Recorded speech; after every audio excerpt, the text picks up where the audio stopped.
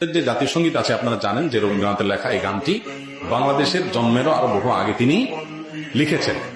তো এই গীতটা মূলত বাংলাদেশকে কেন্দ্র করে লেখা হয়নি। বাংলাদেশকে কেন্দ্র করে যেটা লেখা হয়নি সেটা কেন বাংলাদেশের জাতীয় সঙ্গীত হতে যাবে?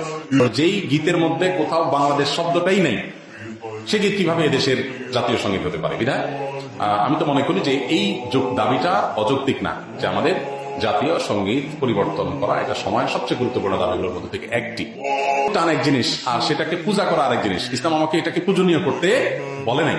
বিধায় সংখ্যাগরিষ্ঠ মানুষের বিশ্বাসের সাথে যেমন যায় না, এই গীত বাংলাদেশকে কেন্দ্র করে লেখা হয় নাই, এটা বাংলাকে কেন্দ্র করে লেখা হয়েছে, যেটা পশ্চিমবঙ্গ পূর্ববঙ্গ মিলায়। অতএব এই গান মূলত এই দেশের জন্য না, যার কারণে এই গীত বা স্লোগান বাংলাদেশের এটা পরিবর্তন হওয়াটাই হলো যৌক্তিক। এটাকে যারা মনে করেন অপরিবর্তনীয় বা পরিবর্তনের দাবি তুললেই যারা মনে করেন যে বোধহয় সব গেল তারা কি এটাকে করোনারিস মনে করেন নাকি যে করোনারিস এটা পরিবর্তন করা যায় না, পরিবর্তনযোগ্য। অতএব এটা পরিবর্তন করা দাবিটা আমি ব্যক্তিগত মনে করি যে অযৌক্তিক নয়।